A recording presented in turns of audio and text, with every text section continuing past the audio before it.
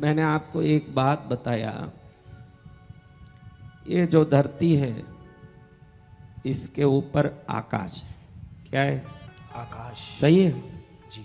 नीचे पाताल है।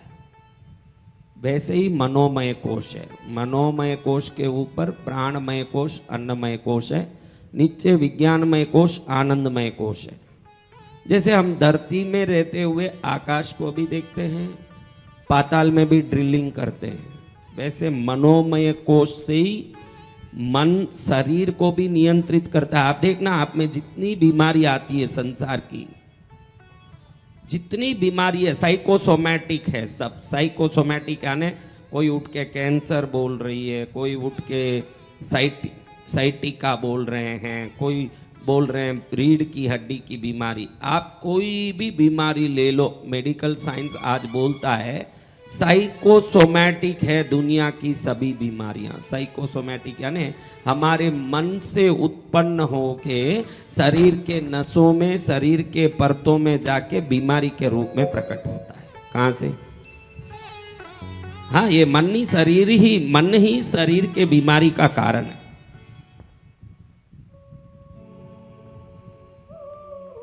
कौन सी चीज? मन। देखो, कितना कोशिश कर लो, आप कितने शालीनता से यहां बैठे हो, कितने डिसेंट दिख रहे हो, कपड़ा देखे तो ये आनंद आ जाए। एक सरीका, एक भाव से। क्या आपका मन इतना डिसेंट है जितना आप बैठे हो? नहीं, हाँ? नहीं है। वो तो अच्छा है कि आप विकृति तक नहीं पहुंचे हो, थोड़ा ही कम है। थोड़ा इस तरफ आ जाए ना, वो विकृत व्यक्ति है। थोड़ा इस तरफ आ जाए, शालीन व्यक्ति है। शालीन व्यक्ति और विकृत व्यक्ति में ज्यादा फर्क नहीं, पानी उबलने नहीं उबलने की 100वें डिग्री की फर्क है। 1 डिग्री 99 डिग्री वाला पानी क्या बाफ बन सकता है? नहीं। तो बाफ कौन सा डिग्री में बनता है? 100 डिग्री। उसमें कितना फर्क है? सिर्फ 1 डिग्री का। तो 1 डिग्री पागल और अच्छे व्यक्ति का फर्क है। अचल व्यक्ति में और पागल व्यक्ति में 1 डिग्री का ही फर्क है। 1 डिग्री का फर्क आ जाए वो पागल हो जाता है, विकृत हो जाता है।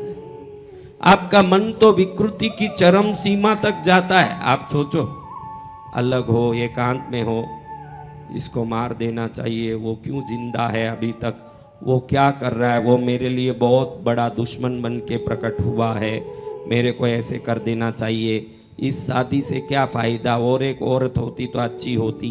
ये सब विचार अच्छे से अच्छे आदमी को आता है। वो मन में आ रहा है, एक्शन में नहीं हो रहा है। 1 डिग्री के फर्क होने के कारण। कितना डिग्री का फर्क? और वो 1 डिग्री का फर्क हो जाए तो वो पागल है जो कपड़ा फाड़ता है, दूसरों के पीछे जाके उनके कपड़ा फाड़ देता है और दुनिया भर के हरकत करता है। उसमें हम में फर्क इतना ही है, हम मन में सब सोचते हैं ना, वो करके दिखाता है। फर्क कितना है? आप भी सोचो, आपके मैं जो बात बोलूं आप सोचो, आपने क्या क्या नहीं सोचा होगा जीवन में। हाँ? तो ये पूजा के बारे में हमको समझना जरूरी है कि ये पूजा हमारे मनोमय कोश को नियंत्रित करने के कारण स्वयं ही प्राणमय कोश, अन्नमय कोश को भी नियंत्रित करता है और विज्ञानमय कोश और आनंदमय कोश को भी नियंत्रित करता है और खुद भी नियंत्रण में रहता है। यही पूजा का फल है। कई लोग सोचे कि पूजा किस लिए है। पूजा का आध्यात्मिक फल क्या है? वो तो देवों को आकर्षित करना। पूजा का आध्यात्मिक फल क्या है? देवों को आकर्षित करना। लेकिन पूजा का अगर वैज्ञानिक फल देखोगे कि पूजा, विज्ञान यानी साइंस नहीं, विज्ञान यानी जिस प्रकार सत्यवत ये जीवन होना चाहिए, वो सत्यमय विज्ञान की बात कर रहा हूं कि उस प्रकार अगर होना हो तो ये पूजा को घर में निरंतर रूप से व्यवस्थित रोज करोगे, 1 साल में देखोगे कि गलत सोचने के लिए भी मन उद्यत नहीं होता। आप सोचने की तो कोशिश करो। मन का शोधन करता है पूजन। क्या करता है? मन का शोधन। और आपके जप भी वही काम करते हैं। जो जाप लिया है, गुरु से जाप क्यों लेना? गुरु का जाप ही मन को उन्मनी अवस्था में ले जा सकता है। मन जब उन्मनी अवस्था में जाता है तो समाधि के लिए तैयार होता है। समाधि यानी मरना नहीं, निर्विकल्पता। समाधि यानी नहीं, अभी विकल्प संकल्प चलते ही रहते हैं, ऐसे कर दूं, वैसे कर दूं, वो कर लूं, यूं कर लूं, वो कर लूं। बहुत सारी बातें दुनिया में दौड़ती है। ये जो विकल्प संकल्प चल रहे हैं, इससे मुक्त हो के मस्त होना हो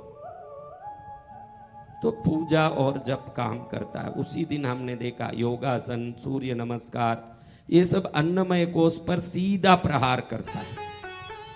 प्राणमय कोश पर प्राणायाम काम करता है, अनुलोम विलोम, कुंभक, रेचक, पूरक, ये सब प्राणमय कोश पर काम करता है। मनोमय कोश पर तो पूजा और जप ही काम करता है, क्योंकि मन, आप बोलोगे कि मैं जाप करूं तो मेरा मन नियंत्रित हो जाएगा।